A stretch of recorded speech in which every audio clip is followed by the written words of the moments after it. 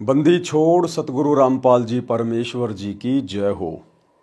परम पिता परमात्मा सारी सृष्टि के रचनहार कुल मालिक असंख्य ब्रह्मांडों के स्वामी जगत गुरु तीनों लोकों में प्रवेश करके सबका भरण पोषण करने वाले राजाधिराज आत्माधार नाथों के नाथ देवों के देव महादेव सर्वेश्वर महेश्वर मृत्युंजय अजरो अमर आदि अनादि सनातनी प्रभु जगत पिता जगदीश्वर श्री श्री 1008 की उपाधि के वास्तविक अधिकारी अकाल मूरत शब्द स्वरूपी राम वासुदेव सर्वगतम ब्रह्म परम पूज्य प्रथम पूज्य परम संत परम पुरुष परम धनी परम दयालु सत्य कबीर हक्का कबीर अल्लाहु अकबर बाखबर अल्लाह ताला जगत के तारणहार जगत के मुक्तिदाता जगत के जगन्नाथ हारे के सहारे हिंदुओं के राम मुसलमानों के अल्लाह सिखों के वाहिगुरु ईसाइयों के मसीह दया के सागर दयानिधि करुणा के सागर करुणानिधि स्वयंभू परिभू संकट मोचन कष्ट हरण मंगल करण दुख भंजन अविगत कबीर निर्विकार निर्विषम परमात्मा अलय अलेख सतगुरु आदि अनादि सतगुरु असली मर्यादा पुरुषोत्तम असली राम असली कृष्ण असली घनश्याम असली मुरारी राजाओं के राजा महाराजाओं के महाराजा शहनशाहों के शहनशाह सम्राटों के सम्राट भगवानों के भगवान अल्लाहों के अल्लाह प्रभुओं के प्रभु मसीहाओं के मसीह सच्चे वाहिगुरु बाबाओं के बाबा पीरों के पीर सेठों के सेठ जगत सेठ सावड़सा सेठ सर्वगुण संपन्न अनंत कोटि कलाओं के स्वामी अनंत कोटि ब्रह्मांडों के नायक योगियों में महायोगी ध्यानियों में महाध्यानी सिद्धों में परम सिद्ध ज्ञानियों में तत्व ज्ञानी ब्रह्म ज्ञानी महाज्ञानी परम ज्ञानी सर्वश्रेष्ठ ज्ञानी विज्ञानी युवा कबीर समर्थ कबीर असमवात अमित ओजा सच्चे रहनुमा करीम अल्लाह सुभान अल्लाह दुनिया के अंतिम पैगंबर 8 सितंबर 1951 से गांव धनाना जिला सोनीपत हरियाणा भारतवर्ष की पावन भूमि पे प्रकट रियल कल्कि भगवान श्री नारायण साकार हरि श्री बाबा साहिब नूर अनंत परमात्मा संत श्रोमणी सतगुरु रामपाल जी परमेश्वर जी के चरण कमल में साध संगति से जुड़े हुए देश विदेश से आप और हम सभी सत्सेवक भाई बहनों का अनंत कोटि दंडोत प्रणाम। सत्साई भाई और बहनों, दया पूज्य गुरुदेव भगवान की सतगुरु रामपाल जी परमेश्वर जी की जिनके शुभ आशीर्वाद से विशेष आशीर्वाद से आप और हम सभी साध संगति से जुड़ी हुई सत्सेवक आत्माएं अपनी आत्मा के कल्याण हेतु गुरुदेव के तत्व ज्ञान को आधार बनाकर दृढ़ता के साथ निरंतर भक्ति मार्ग पर आगे की ओर बढ़ रहे हैं। भाई और बहनों, साथ संगति से जुड़कर आप और हम सभी भगत भाई बहनों ने जो विशेष अनमोल वस्तु प्राप्त की है गुरु को पहचानने की, ये बड़े सौभाग्य से मिलती है, बड़े सौभाग्य से नसीब होती है। इसके लिए हम गुरुदेव भगवान का तहे दिल से जितनी बार भी दंडवत धन्यवाद करें उतना ही कम है। तो पूज्य गुरुदेव जी के कर कमल से लिखित पवित्र पुस्तक मुक्ति बोध के ऊपर वीडियो बनाने की श्रृंखला जारी है। इसी श्रृंखला में आज हमारा ये 28वें नंबर का वीडियो है। प्रत्येक वीडियो में गुरुदेव भगवान के आशीर्वाद से भक्ति मार्ग के विषय में दृढ़ता प्राप्त करने के लिए आप और हमें बहुत कुछ सीखने और समझने को मिल रहा है। तो भाई और बहनों, आज का वीडियो शुरू करते हैं पूज्य गुरुदेव जी के आशीर्वाद से मुक्ति बोध के ऊपर। आज परमेश्वर ने अपने कर कमल से इस पवित्र पुस्तक में काशी में जो भंडारा हुआ था उस भंडारे के समापन की वाणियों का समावेश किया है और किस प्रकार से परमात्मा ने 8 पहर तक 8 तिया 24 यानी 24 घंटे परमात्मा ने खड़े होकर सबको उपदेश दिया। परमात्मा ने सृष्टि रचना समझाई, आध्यात्मिक ज्ञान दिया, सबको समझाया। जितने भी मंडलेश्वर आए हुए थे, साधु संत महात्मा आए हुए थे, कबीर परमेश्वर जी ने किसी मंडलेश्वर से ज्ञान लिया नहीं।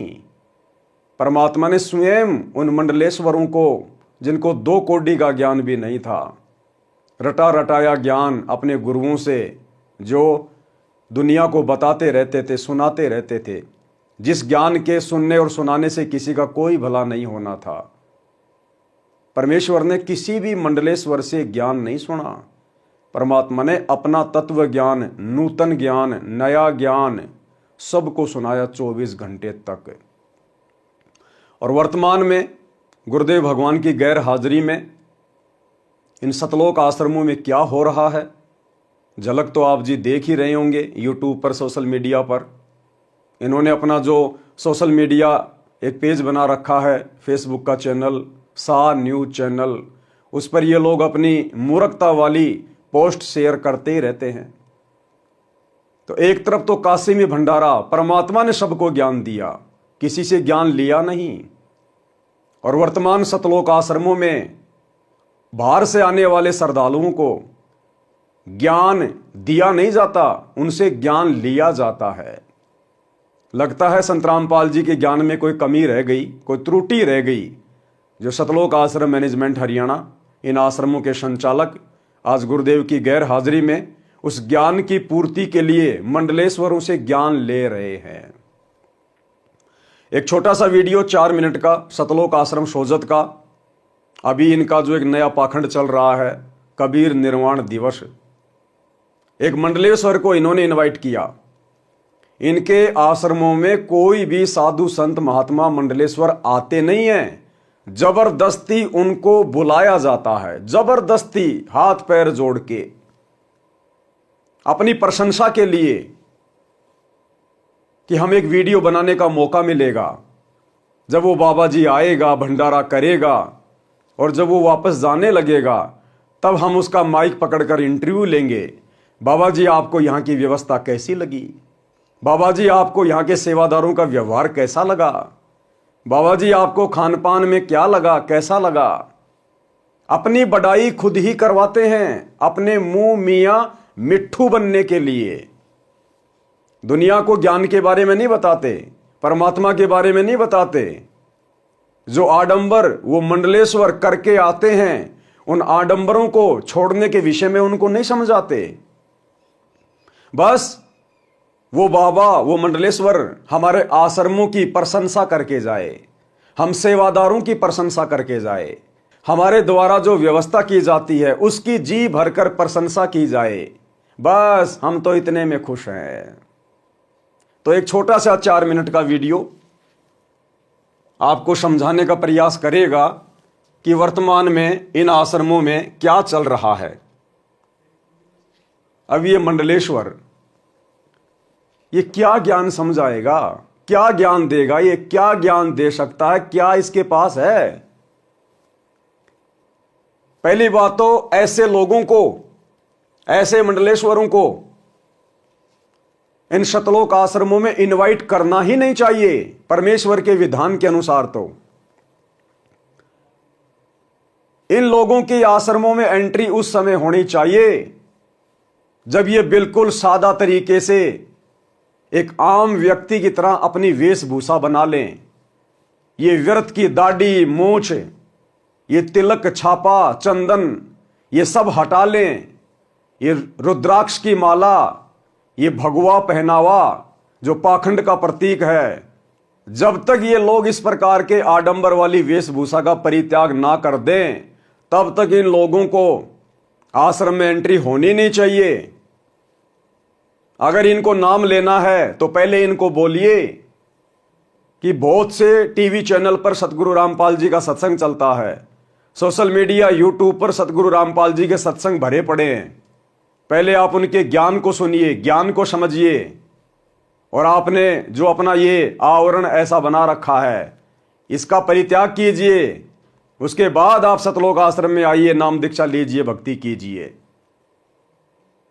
लेकिन ये लोग आते नहीं हैं, ये लोग अपनी तरफ से नहीं आए। इन लोगों को जबरदस्ती बुलाया जाता है, जबरदस्ती। सरपंच को, एमएलए को, विधायक को, भूतपूर्व सरपंच को, इस तरह के पाखंडी बाबाओं को जबरदस्ती आश्रमों में इनवाइट किया जाता है अपनी प्रशंसा करवाने के लिए। तो क्या बोल वचन है इस भाई साहब के, आपको इनके मुख से सुनाएंगे। और साथ में जो इंटरव्यू ले रहे हैं सतलोक आश्रम वाले, बिल्कुल मूक दर्शक बन के खड़े हैं। ये जो मर्जी बके जा रहा है, जो मर्जी बोले जा रहा है, आश्रम वालों को आशीर्वाद दे रहा है कि मेरा आशीर्वाद आपके साथ में है, आप ऐसे फलते फूलते रहो। और ये इंटरव्यू लेने वाला सतलोक आश्रम सोजत का भगत है, इसके मुंह के ऊपर ताला लगा हुआ है, गूंगा है, गूंगा। उसी समय टोकना चाहिए कि महाराज ना तो हमें आपके आशीर्वाद की आवश्यकता है और ना आप जी आशीर्वाद देने के अधिकारी हैं। आप पूर्ण संत नहीं हैं, आपको अभी शास्त्र अनुकूल ज्ञान नहीं है, आप एक जीव हैं। आपको तो स्वयं भक्ति करनी चाहिए सतगुरु रामपाल जी से उपदेश लेकर। लेकिन इतनी बातें बोलना भला इनकी जुबान पे कहां। अगर इतनी बातें बोल देंगे तो दोबारा से मंडलेश्वर जी क्यों आएंगे? मंडलेश्वर जी नहीं आएंगे तो इनकी प्रशंसा कौन करेगा? इनकी व्यवस्था को अच्छा कौन बताएगा? इसलिए ये लोग जवाब नहीं देते, केवल सामने वाले के जवाब सुनते हैं। वो चाहे जो मर्जी बकता रहे, जो मर्जी भोंकता रहे। और एक दो भगत, अरे शिष्य कहते हैं अपने आप को सतगुरु रामपाल जी का, और इस मंडलेश्वर के पास में ऐसे खड़े हैं, ये भाई साहब, ये इस मंडलेश्वर के पास में ऐसे खड़े हैं जैसे कि ये सतगुरु रामपाल जी के भगत नहीं हैं, ये इस मंडलेश्वर के भगत हैं। और इसकी प्रत्येक हाँ में हाँ आहा आनंद ले रहा है जैसे रस टपक रहा हो। तो भाई और बहनों, छोटा सा वीडियो है, आप भगत भाई बहनों को थोड़ा सा दिखा देते हैं एक बार, ताकि आपको भी पता चले कि इन सतलोक आश्रमों में वर्तमान में किस कदर गुरुदेव भगवान के ज्ञान का हिंडोला बना दिया गया है। ज्ञान का हिंडोला बना दिया, ज्ञान का हिंडोला। सुनिएगा जी। आपका नाम क्या है और आप किस पंथ से ताल्लुक रखते हैं? मल्लेश्वर हरिरामदास, आश्रम चेतारण गीता भवन। हमारी बड़ी गद्दी है काशी पंचगंगा घाट, जगतगुरु रामानंद आचार्य हमारे दादा गुरु है। और अभी हम परसों ही आए हैं, 1 महीना प्रयागराज कुंभ में थे, वहाँ भी संतों के दर्शन और संतों की वाणी, और ये लंगर चलता, वैसे लंगर 1 महीना चलता था। ये कह रहा हम तो सीधे प्रयागराज से आए, महाकुंभ से आए, 1 महीने हम वहां थे, अब हमें यहां बुला लिया गए तो हम यहां आ गए। वहां पर भी ऐसा ही लंगर चल रहा था। हम तो घूमते हैं, फिरते हैं, मौज करते हैं, ऐश करते हैं। इससे एक बात तो साबित हो गई ना कि इन लोगों को ज्ञानवान से कोई मतलब नहीं है, इनको शत भक्ति से कोई मतलब नहीं है। अभी तो इनकी मौज मच रही है, हजारों की लाखों की संख्या में इनके शिष्य हैं। अभी इनको भक्ति और भगवान की आवश्यकता नहीं है, इसको जबरदस्ती बुलाया गया है, जबरदस्ती इन लोगों से ज्ञान लेने के लिए, क्योंकि संत रामपाल जी का ज्ञान आधा अधूरा है। इसलिए सतलोक आश्रम मैनेजमेंट हरियाणा को सतलोक से भी ऊपर का ज्ञान चाहिए। सतगुरु रामपाल जी के आशीर्वाद से सतलोक आश्रम मैनेजमेंट हरियाणा की बात नहीं बन रही। उनसे ऊपर कोई आशीर्वाद देने वाला हो, उस आशीर्वाद की आवश्यकता है। और ये बाबा जी आशीर्वाद देंगे, सबको देंगे। ये काल की सूक्ष्म चाल है, ऐसे ठगता काल, समझाएंगे आपको, सुनिएगा। दर्श परस मंजन कर पाना, जैसे भी यहाँ होता है ना, वैसे प्रयाग में होता था। दर्श परस मंजन कर पाना, हरे कोटि के वेद पुराना। अब आप लोग सब क्यों आए इतने जने? यानी जैसे कपड़ा गंदा होता है ना, तो कपड़े का मैल तो साबुन से, सर्फ से दूर होता है, पर अंत कौन पाप रूपी जो मैल है ना, वो संतों की सत्संग की, उनकी वाणी से, उनके दर्शन से दूर होता है। तो आप लोग धन्यवाद है जो संतों के दर्शन और वाणी सत्संग करने आए हैं। आप जैसा कोई भाग्यशाली नहीं है, क्योंकि एक घड़ी आदि में पुण्यात, तुलसी सत्संग कोई साधु की हरे कोटि अपराध। तो सत्संग ज़्यादा ना कर पाए तो घड़ी पल भी करना चाहिए। यानी जैसे 1000 मन घास का ढेर हो और एक आग की चिंगारी गिर गई हो तो देख लेते जल के भस्म। इसी प्रकार संतों की सत्संग, संतों की वाणी, अगर एक शब्द भी जीवन में उतर गया हो तो जन्मांतर बिगड़ा हुआ है ना, वो सारे कर्म जल के और शुद्ध पवित्र बन जाता है और परमात्मा के धाम में वो पहुंच सकता है। तो आप धन्यवाद हैं। यहाँ पर आपने आश्रम देखा है, सारी व्यवस्थाएं देखी, आप आगे भी गए। संत रामपाल जी महाराज जी के जो आश्रम की जो व्यवस्था है, इसके बारे में क्या बोलना चाहेंगे आप? ये व्यवस्था हम देख के अति प्रसन्न है। जो नियम से व्यवस्था होनी चाहिए, जो मर्यादा की व्यवस्था होनी चाहिए, वो व्यवस्था पूरी सही रूप से चल रही है। ये देखो कितने ध्यान से सुन रहे हैं, देखो देखो ये, इनको देख के आपको ये नहीं लगेगा ये संत रामपाल जी के भगत हैं, आपको ये लगेगा ये इस मंडलेश्वर के भगत हैं। देखो कितने ध्यान से सुन रहे हैं, कितने ध्यान से सुन रहे हैं, जैसे कि ये ज्ञान इन्होंने कभी अपने गुरुजी से सुना ही नहीं कि जब ही सतनाम हृदय धर्यो भयो पाप को नाश, और जैसे चिनगारी अग्नि की पड़े पुरानी घास। जो बातें गुरुदेव अपने हर सत्संग में बताते हैं,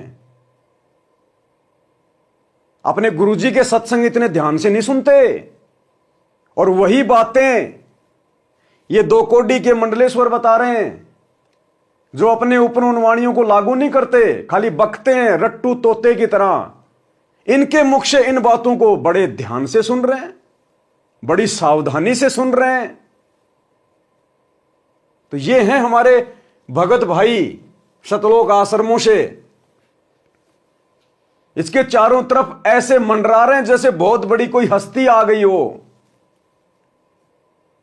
जैसे कि इन्होंने इनसे नाम उपदेश लेना हो कि हमारा उद्धार संत रामपाल जी से नहीं होना, हमने तो ऐसे मंडलेश्वरों से नाम दीक्षा लेनी चाहिए। कितने आसक्त हो रहे हैं, इसकी बातों को सुनने के लिए कितना कान लगा के खड़े हैं। अरे जबकि इसको समझाना चाहिए कि बाबा जी बाबागिरी बहुत दिन कर ली, इस आश्रम में आप आए हो, सत्संग सुने आपने? सत्संग तो कहां सुनेगा बेचारा, सत्संग तो आश्रम में होता ही नहीं, खुद भगत ही आश्रमों में सत्संग नहीं सुनते, ये कहां से सुन लेगा? तो बैठ के इसको सत्संग सुनाना चाहिए था 1 घंटे, और फिर बोलते बाबा जी अब आपकी क्या राय है? आप संत कहलाने के अधिकारी नहीं हैं, आप तो खुद भी नरक में जाने की तैयारी कर रहे हो और अपने हजारों भक्तों की भी नरक की टिकट काट रहे हो। अगर ज्ञान समझ में आ गया तो सतगुरु रामपाल जी से उपदेश ले लो, अपना आत्म कल्याण कराओ। कंठी माला सुमरणी पहने से क्या होए, ऊपर ढूंढो साधु का अंतर राख्या खोए। इसको इस प्रकार की बातें कहनी चाहिए जो इसको चोट लगे। लेकिन ये सतलोक आश्रम वाले अपने वीआईपी गेस्ट को नाराज नहीं कर सकते। बाढ़ में जाए संत रामपाल जी का ज्ञान, कोई नाम ले या ना ले, ये अपने वीआईपी गेस्ट को नाराज नहीं कर सकते, अन्यथा ये दोबारा नहीं आएगा। दोबारा नहीं आएगा तो फिर इनको वीडियो बनाने का मौका कैसे मिलेगा? अब ये आशीर्वाद भी देगा सबको, देखना, सारे भक्तों को, आश्रम वालों को आशीर्वाद भी देगा। और ये 1.5 फुट का डंडा लेके खड़ा है सा न्यूज चैनल वाला, ये चुपचाप आशीर्वाद ले रहा है, सुन रहा है, जबकि इसको टोकना चाहिए। हमारा आशीर्वाद है भगवान इससे और ज़्यादा अच्छा सुंदर व्यवस्था बने। हमारा आशीर्वाद है भगवान इससे और ज़्यादा अच्छा सुंदर व्यवस्था बने। हमारा आशीर्वाद है भगवान इससे और ज़्यादा अच्छा सुंदर व्यवस्था बने। हमारा आशीर्वाद है, क्योंकि पहले उसने क्या किया, सवाल है कि महाराज जी आपको यहां आश्रम की व्यवस्था कैसी लगी? ज्ञान गया बाढ़ में कि सर आपको सतगुरु रामपाल जी का ज्ञान कैसा लगा, क्योंकि ज्ञान तो इसको सुनाया ही नहीं, सत्संग तो सुनाया नहीं, तो सवाल क्या खाक करेंगे? सर आपको यहां की व्यवस्था कैसी लगी? बस इनको तो अपनी व्यवस्था की चिंता है। और ये कह रहा है हमारा आशीर्वाद है इससे भी अच्छी व्यवस्था आप लोगों की बने, जैसे कि पहले इसी के आशीर्वाद से पूरी व्यवस्था चल रही है। चलो ये तो कह सकता है, नादान आदमी है, अज्ञानी है, ज्ञान नहीं है, इनकी तो आदत है सबको आशीर्वाद देना। लेकिन ये कौन है? ये देखो, ये ऐसे देख रहे हैं जैसे कोई चील कौवा देखता है। ये तो 4 भगत हैं और इंटरव्यू लेने वाला भी भगत है। इनके मुंह के अंदर पत्थर घुसे हुए हैं क्या? जब इसने आशीर्वाद दिया तो क्या टोकना नहीं चाहिए था, रोकना नहीं चाहिए था? इसने कहा और आप लोग चुपचाप रहे, इसका मतलब आपने इसके आशीर्वाद को स्वीकार कर लिया। अन्यथा आपको उसी समय टोकना चाहिए था कि महाराज जी आप पूर्ण संत नहीं हैं और आशीर्वाद केवल पूर्ण संत ही दे सकता है और उसी का आशीर्वाद फलित होता है। लेकिन अगर इतनी बातें बोल देंगे तो हो सकता है ये थप्पड़ मार दे। ये तो काल के दूत हैं, दुर्वासा ऋषि की तरह गुस्सा तो इनकी नाक पे रहता है। हो सकता है ये थप्पड़ मार दे, और भाई इसका थप्पड़ ये आश्रम वाले झेल नहीं पाएंगे। ये नाराज हो जाएगा, दोबारा आश्रम में नहीं आएगा। तो इन आश्रमों में बाहर से लोगों को सतगुरु रामपाल जी का ज्ञान समझाने के लिए नहीं बुलाया जाता, इन जैसे पाखंडियों का ज्ञान लेने के लिए बुलाया जाता है कि हमारे आश्रम में और तो सारी व्यवस्था है, बस एक ज्ञान की कमी है। महाराज जी आप हमें ज्ञान देने के लिए आइए। ये ज्ञान समझा रहा है, ये ज्ञान दे रहा है। क्या है इसके पास जो ज्ञान देगा? इन मूर्खों को सोचना चाहिए, आश्रम वालों को। क्या आवश्यकता पड़ गई इसका इंटरव्यू लेने की? तुम्हें क्या शिक्षा दे सकता है ये? इसका इंटरव्यू लेके तुम्हारा क्या भला हो जाएगा? हां, तुम्हारा धार्मिक धंधा बढ़िया चल पड़ेगा कि इसको सुनकर और भी लोग आएंगे खाने पीने के लिए, घूमने के लिए, मनोरंजन के लिए। और तुम्हें तो भीड़ चाहिए, तुम्हारे को तो वीडियो चाहिए बनाने के लिए। तो भाई और बहनों, ये टोटल काल का जाल इन आश्रमों में फैला हुआ, टोटल काल का जाल। अगर वास्तव में ये आश्रम सतगुरु रामपाल जी के हैं तो इन आश्रमों में इन लोगों की एंट्री नहीं होनी चाहिए, विशेषकर। अरे यही तो है वो काल के दूत जिनसे तुम्हारा बाप पिछले 30 वर्षों से संघर्ष कर रहा है।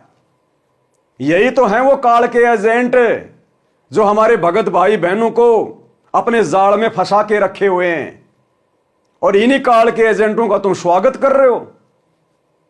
इसको कहते हैं बुद्धि के ऊपर पत्थर पड़ जाना, बुद्धि के ऊपर पत्थर पड़ जाना। आगे क्या कह रहे हैं महाशय जी? आशीर्वाद दे रहे हैं, और ले लो आशीर्वाद। हमारा आशीर्वाद है भगवान इससे और ज़्यादा अच्छा सुंदर व्यवस्था बने। हमारा आशीर्वाद है भगवान इससे और ज़्यादा अच्छा सुंदर व्यवस्था बने। सुंदर तो है ही, अति सुंदर, सोना में सुहागा। आपको धन्यवाद है, व्यवस्थापकों को और हमारे यहाँ के संतों को, सब हरि भक्तों को, सबको धन्यवाद है। संत रामपाल जी महाराज जी ने सभी शास्त्रों के जो गूढ़ रहस्य हैं उनको सामान्य भाषा में सबके सामने ला दिया है। आज भी कोई भी सत्संग होता है तो कबीर साहब जी की वाणियों के बिना वो सब अधूरा है। आप क्या बोलना चाहेंगे संत रामपाल जी महाराज जी के इस योगदान को लेकर? संत रामपाल दास जी, उन्होंने अपनी, क्या होता है संत रामपाल दास जी? ये मूर्तियां खड़ी हैं, ये गूंगे बहरे, और ये कह रहा है सतगुरु रामपाल जी दास जी। अरे क्या होता है दास? इसको तो नहीं पता। ये चार खड़े मुस्टंडे, ये देखो, ये अमित शाह, और ये इंटरव्यू ले रहा, इनको नहीं पता कि हमारे गुरुजी दास हैं या दासों के बाप हैं। अरे तुम भी दास, यानी भगत भी दास, और ये तुम्हारे गुरु को भी दास बता रहा है। अरे नालायको, थोड़ी बहुत तो तमीज लो, थोड़ी बहुत तो अपनी बुद्धि का इस्तेमाल करो, थोड़ा बहुत इसको भी समझाओ। यही तुम्हें समझाया जा रहा है, तुम्हारे गुरु की बेइज्जती किए जा रहा है, तुम्हारे गुरु को दास कह के। अरे इसको तो नहीं पता, लेकिन तुम मूर्खों को तो पता है कि तुम्हारा गुरु दास है या दासों का भगवान है। यह है भाई और बहनों इनका, आश्रम वालों का ज्ञान। यह होता है इन आश्रमों में। इस व्यक्ति के 4 मिनट के इंटरव्यू में इसको बेचारे को कुछ नहीं समझाया गया, कुछ नहीं बताया गया। बस अपनी और आश्रम की व्यवस्था का बखान करवाया गया है। ज्ञानवान की कोई बात नहीं, नाम उपदेश लेने की कोई बात नहीं। अरे कम से कम पूछता कि सर आप नाम लेना चाहोगे क्या? लेकिन इनको शर्म आती है कि ये तो खुद ही लोगों को नाम देता है। अगर इससे हम ऐसा सवाल करेंगे तो कहीं अपनी बेइज्जती ना मान ले। यह है इन आश्रम वालों का ज्ञान।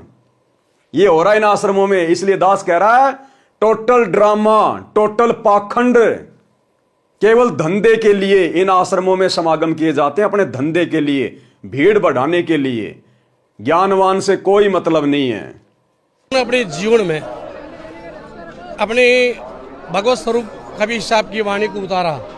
एक सादा सब सदे, सब सादे सब जाए, जो तू सेवे मूल को फूले फले आगाए। एक को पकड़ने से परमात्मा की प्राप्ति होती। हा हा हा हा हा, ओ हो। जैसे कि महाराज जी ने कोई तत्व ज्ञान से न्यारा ज्ञान बता दिया हो कि एक कै सादे सब सदै, सब सादे सब जाए, माली सींचे मूल को फले फूले अगाए। अरे गुरुजी हर सत्संग में ये वाणी बोलते हैं, लेकिन इसके मुख से ये वाणी सुन के ओ हो ये देखो, बस महाराज जी आपने जीवन धन्य कर दिया, आपने मेरा जीवन बदल दिया। अपने गुरुजी के सत्संग सुनते समय इनकी गर्दन नहीं झुकती, हाथ नहीं जुड़ते, और इस दो कौड़ी के पाखंडी के मुंह से सुनकर हा देखो देखो देखो, ये हाल है इन आश्रमों में। ये मर्यादाओं से अलग हैं, ये पतिव्रता धर्म की भक्ति नहीं कर रहे, ये सबकी मर्यादा खंडित है, सब परमात्मा से दूर हैं।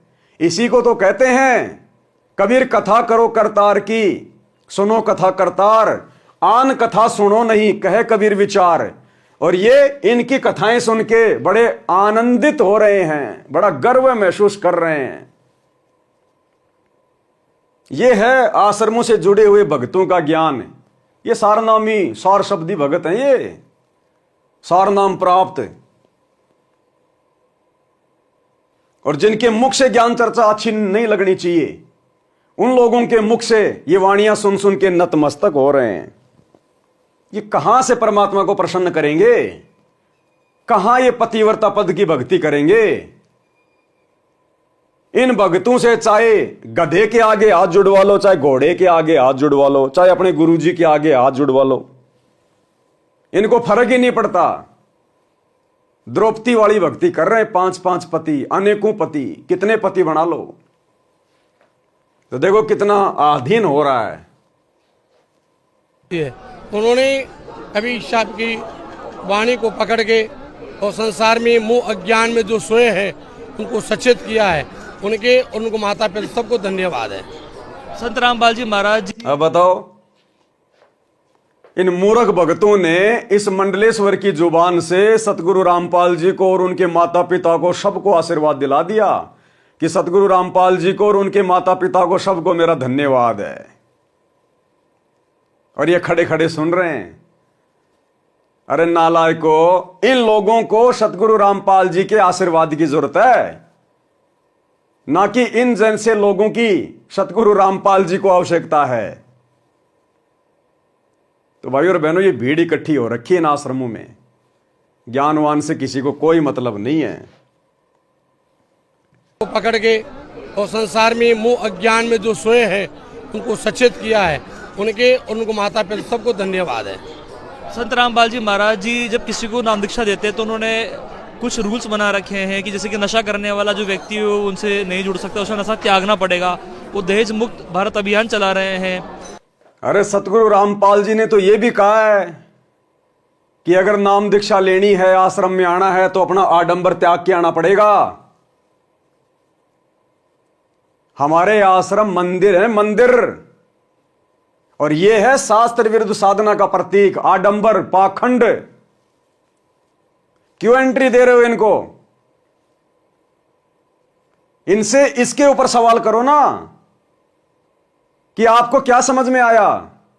आप इतनी दूर से आश्रम में आए हैं, आपको ज्ञान सुन के क्या समझ में आया? क्या आप अपनी आत्मा का कल्याण करवाना चाहते हैं? क्या आप नाम दीक्षा लेना चाहते हैं?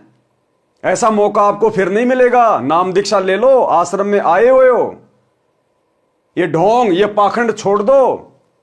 परमात्मा धरती पे आए हुए हैं संत रामपाल जी के रूप में, आप उनके शिष्य बन जाइए। इस व्यक्ति को इस प्रकार से समझाना चाहिए। लेकिन इनको अपने दामाद की तरह आश्रम में बुला लिया, बढ़िया बढ़िया खिला दिया और अपने आश्रम की प्रशंसा करवा के सहसम्मान इसको विदा कर दिया। इसलिए आश्रम खोले हैं क्या? नशा मुक्त भारत अभियान चला रहे हैं, इसके बारे में आप क्या बोलना चाहेंगे? अगर इस प्रकार का नहीं चलाएंगे आप, ये भगवान के पास जाना है, सत मार्ग के द्वारा परमात्मा तक पहुंचना, सतलोक तक, तो आपको एक कुरीति सब छोड़नी पड़ेगी। अगर सतलोक जाना है, परमात्मा तक जाना है, तो आपने कुरीतियां छोड़नी पड़ेंगी। और ये क्या है? ये दाढ़ी, मोछ, ये छापा, तिलक, ये कंठी माला, ये क्या है? ये कुरीतियां नहीं है? अरे ये कुरीतियां नहीं है क्या? तो ये भगत, ये मूर्ख भगत हाथ जोड़ के ये किसके उपदेश सुन रहे हैं? अरे खर के मुख से सत्संग कभी अच्छा नहीं लगता, गधे के मुंह से सत्संग अच्छा नहीं लगता। ये कहते हैं हम संत रामपाल जी के भगत हैं और हाथ जोड़ के उपदेश सुन रहे हैं इस व्यक्ति के जिसके पास में 2 कौड़ी का ज्ञान नहीं है। इसलिए बुलाया इनको आश्रमों में। तुम्हारे बाप सतगुरु रामपाल जी ने भी कभी अनुपदेशी व्यक्ति के इस प्रकार से इंटरव्यू लिए क्या? सतलोक आश्रम बरवाड़ा में दिखा दो एक भी इंटरव्यू किसी भी अनुपदेशी व्यक्ति का, और विशेषकर इस तरह के पाखंड से परिपूर्ण व्यक्ति का। अगर तुम्हारे बाप सतगुरु रामपाल जी ने सतलोक आश्रम बरवाड़ा में कभी भी इंटरव्यू लिया हो, लेकिन तुम लोग ये ड्रामा कर रहे हो, पाखंड कर रहे हो। अब ये तुम्हें सतलोक की बात बताएगा कि सतलोक में कैसे जाया जाएगा। गुरुजी ने बताने में कमी छोड़ दी जो अब इन लोगों से सुन रहे हो। अगर इस प्रकार का नहीं चलाएंगे आप, ये भगवान के पास जाना है, सतमार्ग के द्वारा परमात्मा तक पहुंचना, सतलोक तक, तो आपको एक कुरीतियां सब छोड़नी पड़ेगी। संतों का संदेश है कि अनेक प्रकार की कुरीतियां हैं, अपन को टुकड़ों में बांट रही है। ये कुरीतियां दूर होगी तभी सब एक होंगे, और एक होगा तब परमात्मा के प्रति सद्भाव जगेगा, प्रभाव जगेगा, तब संतों के दास बनेंगे, संतों के दास बनेंगे तब परमात्मा के पास पहुंचेंगे। अच्छा, आप संत रामपाल जी महाराज जी के ज्ञान के बारे में क्या बोलना चाहेंगे? हम रामपाल दास जी महाराज के बारे में ये बोलना चाहते हैं। क्या बोलना चाहेगा? ये सत्संग इसने सुने ही नहीं, आश्रम में इसको सत्संग सुनाए ही नहीं, तो संत रामपाल जी के ज्ञान के बारे में क्या खाक बोलेगा? अब ये सवाल करते यूं देख रहा इधर उधर, और क्या बोलेगा ये? सुन लेना क्या बोलेगा। सत्संग सुना होगा तब बोलेगा ना। अरे तुम लोगों ने आश्रम में इसको बैठा के सत्संग सुनाया होगा तब बोलता ये। तुमने तो आते ही उसकी दामाद की तरह खातर शुरू कर दी। लो जी पानी, लो जी चाय, आओ जी लड्डू जलेबी बर्फी जी मोजी, और चलते समय ये माइक लेके खड़े हो गए। तुमने सत्संग इसको सुनने कहां दिया बेचारे को? जो तुम कह रहे हो कि सतगुरु रामपाल जी के ज्ञान के बारे में आप जी क्या कहना चाहेंगे? ये पोर्टल ड्रामेबाजी हो रही है भाई और बहनों। के पास पहुंचेंगे। आप संत रामपाल जी महाराज जी के ज्ञान के बारे में क्या बोलना चाहेंगे? हम रामपाल दास जी महाराज के बारे में ये बोलना चाहते हैं, जैसे आपने गुरुवर की कृपा आपको मिली है, गुरुवर का कृपा का प्रसाद आपको मिला है, और सबसे बड़ा परोपकार आप कर रहे हैं, जो गुरुवर का प्रसाद जगह जगह वितरण कर रहे हैं, सत्संग के माध्यम से, पोथी के माध्यम से, वाणी के माध्यम से। अरे भैया, वो लोग ये पूछ रहे हैं कि आपको सतगुरु रामपाल जी के ज्ञान में क्या अच्छा लगा, आपको क्या समझ में आया? आप तो ऊपरी ऊपरी बातें कर रहे हैं, अपने गुरु से प्रसाद लेके सबको बांट रहे हैं, ये कर रहे हैं, वो कर रहे हैं। अरे ज्ञान कैसा लगा? सुने कभी सत्संग तुमने? क्या विचार किया तुमने सतगुरु रामपाल जी का ज्ञान सुन के? अब क्या बताएगा बेचारा ये, जब इसने सुने नहीं तो। संगत तो नहीं सुनती गुरु जी के सत्संग, और जो खुद सत्संग करता है वो कहां से संत रामपाल जी का सत्संग सुनेगा? तो फालतू के सवाल, फालतू के जवाब और कुछ नहीं। वो भाई जगह जगह वितरण कर रहे हैं, सत्संग के माध्यम से, पोथी के माध्यम से, वाणी के माध्यम से। इसलिए सबसे बड़ा परोपकार होता है संतों की वाणी उच्चारण होना, और अनेक प्रकार के प्रपंच में, अनेक प्रकार के माया में फंसे हुए उन झूठे जंजाल को छोड़कर संतों की वाणी को अपने जीवन में उतार कर और जीवन को अंधकार से प्रकाश में लावे, और वही आप काम कर रहे हैं। आ गया अंधकार से प्रकाश में जीवन, इन आश्रम वालों का भी आ गया और इस महामंडलेश्वर का भी आ गया। तो भाई और बहनों, 650 साल पहले कबीर परमेश्वर जी ने काशी के भंडारे में 8 पहर यानी 24 घंटे खड़े होके परमात्मा ने लोगों को ज्ञान समझाया, आत्म ज्ञान दिया, परमात्म ज्ञान दिया, सृष्टि रचना समझाई। इन जैसे पाखंडियों से ज्ञान सुना नहीं, ज्ञान लिया नहीं, क्योंकि मालिक को पता था कि इनके पास में क्या ज्ञान है, छींट भी नहीं है। और आज ये सतलोक आश्रम वाले अपने गुरु के ज्ञान की तो इनको उल्टियां हो रही हैं, हजम नहीं हो रहा, दुनिया का ज्ञान ले रहे हैं और नया ज्ञान अपने गुरु जी को आशीर्वाद दिला रहे हैं इन पाखंडियों से। ये है इन आश्रमों का ड्रामा। तो शुरू करते हैं भाई और बहनों पवित्र ग्रंथ मुक्ति बोध से, वीडियो नंबर 28, केशव जी के वचन तथा भंडारा संपन्न की वाणी। पारक के अंक की वाणी नंबर 925 से 930 का सरलार्थ है। केशव ने कहा कि हे कबीर जी, आप समर्थ परमेश्वर हैं। केशव जी ने क्या कहा? हे कबीर जी, आप समर्थ परमेश्वर हैं, आप जो चाहो सो कर सकते हो। हे सतगुरु, हे सतगुरु। केशव जी किसको कह रहे हैं सतगुरु? कबीर जी को। और आज हम किसको कह रहे हैं सतगुरु? अपने गुरु जी को। तो हमारे गुरु जी कौन हुए? कबीर जी, क्योंकि सच्चा सतगुरु कबीर ही होता है। हे सतगुरु सुनो, आप तो दीन दयाल हो, मैं आपके अधीन हूं, आप समर्थ परमेश्वर हो, आपको अनंत कोटि ब्रह्मांडों को पार करने में कोई देर नहीं लगती, पहुंचूंगा क्षण एक में जन अपने के काज। आप ही दारमदार यानी सर्वे सर्वा हैं, सबके मालिक हो। आप ऐसे परपंच सदा से करते आए हो, अपना भेद नहीं देते। आप ऐसे परपंच यानी ऐसा खेल आप सदा से खेलते आए हो, आप अपना भेद किसी को नहीं देते। आप एक दास बनकर, आप एक भगत बनकर, आप एक संत बनकर अपना ज्ञान अपनी आत्माओं तक पहुंचाते हो, उनको काल के जाल से बाहर निकालते हो। आप अपना भेद किसी को नहीं देते। आप ऐसे प्रपंच, ऐसी लीलाएं सदा से करते आए हो, और वही प्रपंच हमारे गुरुदेव कर रहे हैं 1994 से। वही लीला आज परमेश्वर अपने आप को छुपाते हुए कर रहे हैं। आप ऐसे प्रपंच सदा से करते आए हो, अपना भेद नहीं देते। आप सबके उत्पत्ति करता हो, मोक्ष दाता हो। क्या हो? मोक्ष दाता, भक्ति मुक्ति के दाता सतगुरु, भटकत प्राण फिरंदा, उस साहिब के हुक्म बिना नहीं तरवर पात हिलंता। तो भक्ति और मुक्ति का दाता कौन? सतगुरु। भक्ति मुक्ति के दाता सतगुरु, मोक्ष दाता हो, सुख के सागर हो, जीवन के सच्चे साथी हो। आप सर्व सृष्टि का ताना बुनने वाले जुलाहा हो, यानी सर्व ब्रह्मांडों के रचनहार हो। पारक के अंक की वाणी नंबर 931 से 939। केशव चले सब धाम को, नौलख बोडी लीन, गरीब दास बंधन किया, बाजत हैं सुरबीन।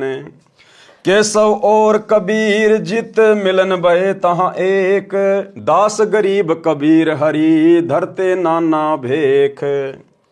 जब परमात्मा काशी का भंडारा संपन्न करके और सभी को सतलोक के लिए प्रस्थान करने लगे, तो उस समय सिकंदर लोदी ने देखा कि केशव जी कबीर परमात्मा में समा गए, और सारी की सारी बालद 9 लाख बैल और लाखों सेवादार एक क्षण में अंतर्ध्यान हो गए। एक क्षण में केशव और कबीर जित मिलन भय तहां एक, दास गरीब कबीर हरि धरते नाना भेख।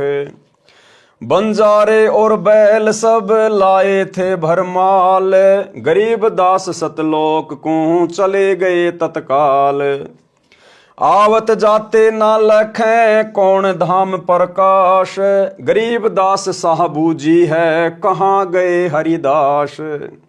वो 9 लाख बैल और लाखों सेवादार ना तो किसी को आते हुए दिखाई दिए और ना किसी को जाते हुए दिखाई दिए। और जब अचानक से वो गायब हो गए, तो शाह यानी बादशाह सिकंदर लोदी, गरीब दास सा बूझ है, सिकंदर लोदी बूझ रहा है, पूछ रहा है कहां गए हरिदास, कि आपके भगत कहां गए, वो सेवादार कहां गए। आवत जाते ना लखें कौन धाम प्रकाश, गरीब दास साहबू जी है कहाँ गए हरिदास। हरि में हरि के दास हैं दासन के हरि पास। अब क्या कह रहे हैं परमात्मा कि हरि में हरि के दास हैं, कि भगत के शुद्ध हृदय में ही भगवान निवास करता है। जो दास बन जाता है, भगत बन जाता है, फिर वो परमात्मा, वो सतगुरु उसके अंदर ही निवास करता है शब्द रूप में। क्या कह रहे हैं परमात्मा, हरि में हरि के दास हैं, यानी परमात्मा में ही भगत समाया हुआ है। यहां परमात्मा ये बात क्यों बोल रहे हैं कि हरि में हरि के दास हैं? इसलिए कि मैं खुद ही केशव बंजारा बन के आया हूं। मैं खुद ही एक दास की भूमिका कर रहा था। वो केशव बंजारा मेरे अंदर ही है, यानी मैंने ही डबल रोल किया था।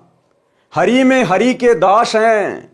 और जितने भी सेवादार आए थे, 9 लाख बैल आए थे, वो सब मेरी शब्द शक्ति से उत्पन्न थे और वापस मेरे शब्द में समा गए मेरे अंदर। हरि में हरि के दास है और दासन के हरि पास। और जो दास बन जाता है उसके पास फिर हरि यानी परमात्मा यानी सतगुरु सदा रहता है शब्द रूप में।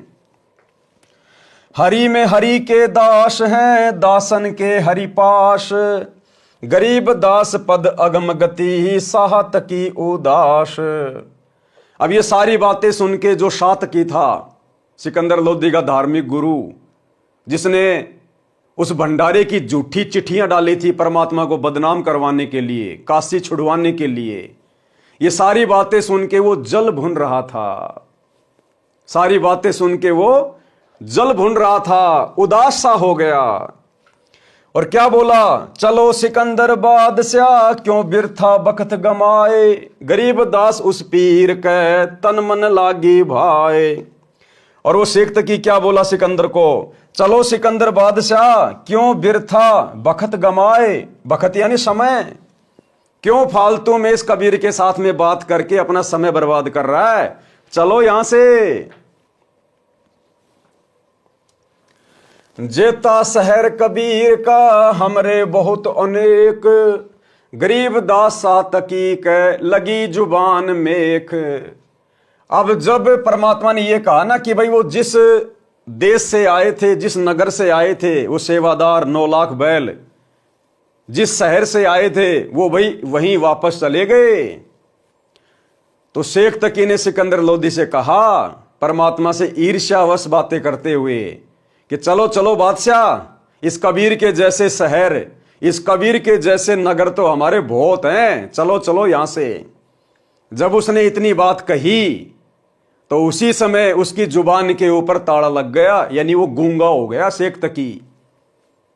क्योंकि परमात्मा ने उसको अंत तक बहुत मौका दिया, बहुत मौका दिया सुधरने का, लेकिन हर बार वो परमात्मा का विरोध करता रहा, परमात्मा में मीन मेख निकालता रहा, उनको नीचा दिखाने का यत्न करता रहा, जान से मारने का प्रयास करता रहा। अंत में वो गूंगा हो गया, गूंगा बहरा। जेता शहर कबीर का हमरे बहुत अनेक, गरीब दास तक की कह लगी जुबान मेख। गुंग भय बोले नहीं नहीं जुबाब जुबान, गरीब दास मार्या पर्या बिन सर करो कमान। गुंग भय बोले नहीं, गूंगा हो गया, आवाज नहीं निकली उसके बाद। पूरी जिंदगी फिर वो तड़प तड़प के मरा, भुगत के मरा, गूंगा बहरा रहा पूरी जिंदगी। एता दोष धरे कहां दगद जमी आसमान, गरीब दास सुनिए नहीं गुंग द्वार मुख कान। कि उसने परमात्मा में दोष निकाल के, परमात्मा का विरोध करके उसने इतना पाप कमा लिया, इतना दोष कमा लिया कि उससे संभाला नहीं गया और अंत में पूरी जिंदगी गूंगा बहरा रहा। पारक के अंक की वाणी नंबर 931 से 939 का सरलार्थ। केशव रूपधारी परमेश्वर कबीर जी ने सब बैलों तथा बंजारों को आज्ञा दी कि तुम शव धाम को चलो, यानी सतलोक को चलो। इतना कहते ही सब चल पड़े, गंगा दरिया पार कर गए। कुछ देर बाद सिकंदर राजा ने देखा तो 9 लाख बैल, 1 लाख सेवादार, कोई भी दिखाई नहीं दिया। तब सिकंदर लोदी राजा ने केशव से पूछा कि हे केशव, वे सब कहाँ गए? केशव बोला कि सतलोक से आए थे, सतलोक चले गए। मैं भी चलता हूं, यूं कहकर केशव कबीर जी में समा गए। सिकंदर लोदी और शेख तकी की आंखों के सामने वो केशव कबीर परमात्मा के अंदर समा गया। देखते देखते उसके बावजूद भी शेख तकी की आंख नहीं खुली। इसलिए परमात्मा कहते हैं कि राज त्यागना सहज है, सहज औरत का ने, भाई मान बड़ाई ईर्ष्या दुर्लभ तजना ये। यूं कहकर केशव कबीर जी में समा गए। संत गरीबदास जी ने कहा है कि कबीर परमेश्वर स्वयं ही भिन्न भिन्न रूप बनाकर लीला करते हैं। जैसे कि आज परमेश्वर अपने आप को छुपा कर लीला कर रहे हैं। बंजारे तथा बैल माल भरकर लाए थे, सतलोक में तत्काल चले गए। शेख तकी जो सिकंदर राजा का मंत्री व पीर था, उसके तो तन मन में आग लग गई और राजा से कहने लगा कि चलो, क्यों यहां समय व्यर्थ कर रहे हो? जैसा कबीर का शहर है ऐसे हमारे अनेक हैं। इसने क्या भंडारा किया है, महोच्छासा किया है। हम ऐसे ऐसे 100 भंडारे कर देंगे। उसी समय शेख तकी गूंगा हो गया, आजीवन गूंगा रहा, भुगत कर मरा। गरीब कोई कहे जग जो नार करी है, कोई कहे महोछा, बड़े बड़ाई किया करें गाली काढ़ ओछा। अर्थात कोई तो कह रहा था कि दिल खोलकर रुपया खर्चा है, जग जोनार यानी धर्म यज्ञ जीवनवार की है। कोई कह रहा था कि महोछा किया है। महोछा उसे कहते हैं जो किसी बूढ़े के लिए पंडित के द्वारा थोपा हुआ धर्म किया जाता है। उसमें घटिया कपड़ा, घटिया घी डालडा लगता है, कंजूसी करता है, 100 के स्थान पर 10 रुपए खर्च करने की कोशिश करता है, उसे महोछा कहते हैं। यानी मजबूरी में किया गया धर्म यज्ञ, मजबूरी में किया गया अनुष्ठान, उसको कहते हैं महोछा। बड़े लोग यानी अच्छी आत्मा तो यज्ञकर्ता की बड़ाई करते हैं। ओछा यानी दुष्ट आत्मा गाली देता है, उसे बिसराता है, घटिया बताता है। उपरोक्त वाणियों का कथा रूप सरलार्थ, जब सब षड्यंत्र फैल हो गए तब सब काशी के पंडित काजी मुल्लाओं ने सभा करके निर्णय लिया कि कबीर एक निर्धन जुलाहा है। हम इसके नाम से पूरे हिंदुस्तान में चिट्ठी भिजवा देते हैं कि कबीर सेठ पुत्र नीरू जुलाहा कॉलोनी बनारस वाला 3 दिन का भोजन भंडारा धर्म यज्ञ करने जा रहा है। सब अखाड़े वाले बाबा साधु संत आमंत्रित हैं, साथ में अपने सर्व शिष्यों को अवश्य लाएं। 3 दिन प्रत्येक भोजन के पश्चात प्रत्येक साधु संत ब्राह्मण काजी मुल्ला पीर पैगंबर ओलिया को एक एक दोहर, एक मोहर तथा जो कोई सूखा सीधा आटा मिठाई घी दाल चावल भी लेना चाहे तो वह भी दिया जाएगा। अब भैया सतलोक आश्रम वालों, अगर तुम वही दिव्य धर्म यज्ञ दिवस वर्तमान में कर रहे हो, अरे तुम लोग जो दिव्य धर्म यज्ञ दिवस करते हो ना, और इतना प्रचार कर रहे हो, उसके बाद भी तुम्हारे आश्रम में जगत वाले लोग नहीं आते। अरे तुम्हें प्रचार ढंग से नहीं करना आता। क्या बता रहे परमात्मा? शेख तकी से शिक्षा लो। शेख तकी ने क्या लिखा, क्या प्रचार किया?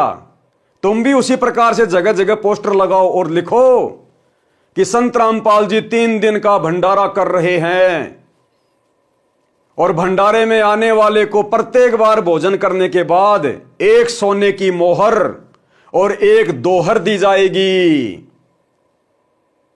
तुम तो कहते हो हमारे आश्रम में कोई आता नहीं, 3 दिन से पहले कोई जाएगा नहीं, और इतनी भीड़ आ जाएगी, इतनी भीड़ आ जाएगी, तुम्हारे को नया आश्रम खोलना पड़ जाएगा। तो थोड़ा बहुत बुद्धि का इस्तेमाल करो, दिमाग लगाओ, शेख तकी की तरह प्रचार करो भाई। वो दोहर और मोहर के चक्कर में 18 लाख लोग आ गए साधु संत। अगर उसमें दोहर और मोहर का जिक्र ना होता तो खाली भोजन करने के लिए 1000 किलोमीटर से कोई नहीं आता। तो तुम लोगों को अगर भीड़ जमा करनी है, भीड़ इकट्ठा करनी है इन आश्रमों में, तो खाली भंडारा भंडारा भंडारा भंडारा करने से नहीं होगी। भंडारा तो सभी खाते हैं अपने घर पे। 50 रुपए का लड्डू जलेबी लेके कोई भी खा लेगा अपने घर पे। 200 रुपए का एक किराया देके तुम्हारे आश्रम में 50 रुपए के लड्डू जलेबी खाने आएंगे लोग। तो प्रचार करो तो ढंग से करो कि आओ कितनी बार भी लड्डू जलेबी बर्फी खाओ, प्रत्येक बार 10 ग्राम सोना और 1 दोहर दी जाएगी। फिर देखो भीड़, अरे फिर देखो कुंभ फैल हो जाएगा, कुंभ, इतनी भीड़ आ जाएगी। 3 दिन प्रत्येक भोजन के पश्चात प्रत्येक साधु संत ब्राह्मण काजी मुल्ला पीर पैगंबर ओलिया को 1 दोहर 1 मोहर तथा जो कोई सूखा सीधा आटा मिठाई घी दाल चावल भी लेना चाहे तो वो भी दिया जाएगा।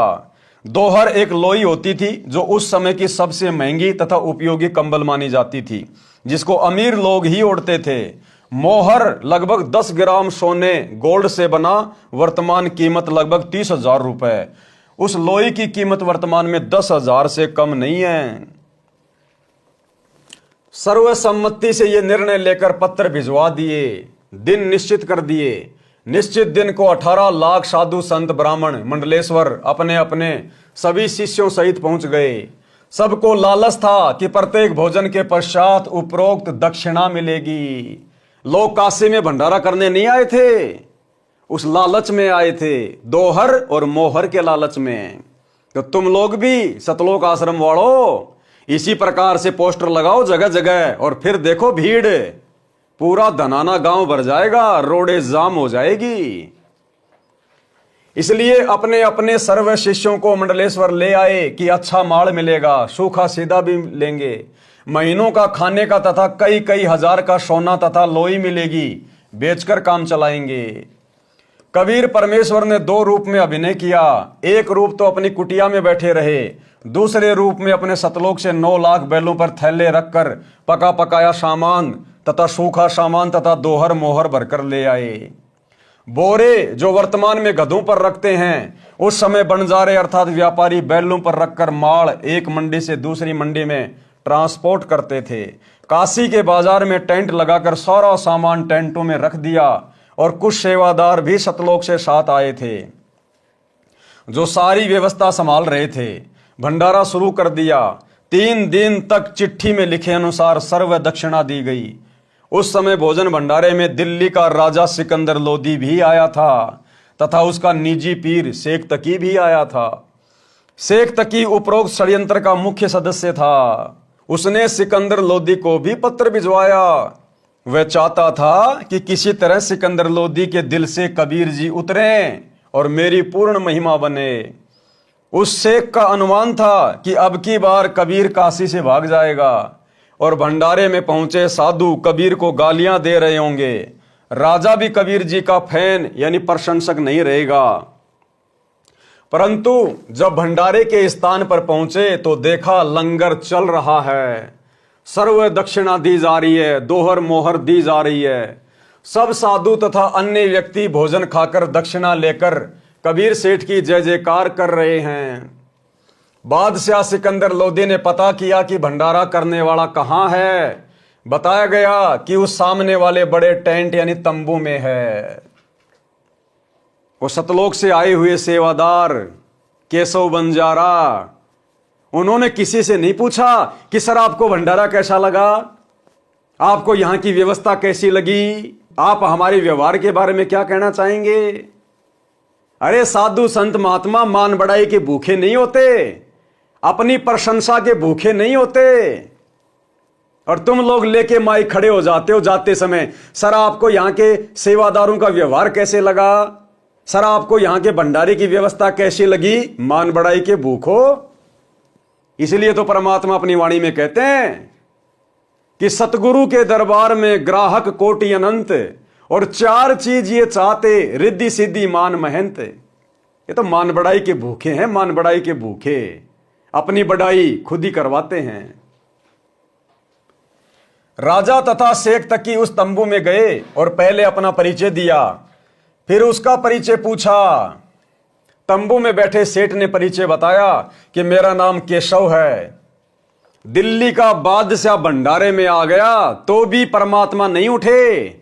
केशव रूप में परमात्मा अपने टेंट में बैठे रहे,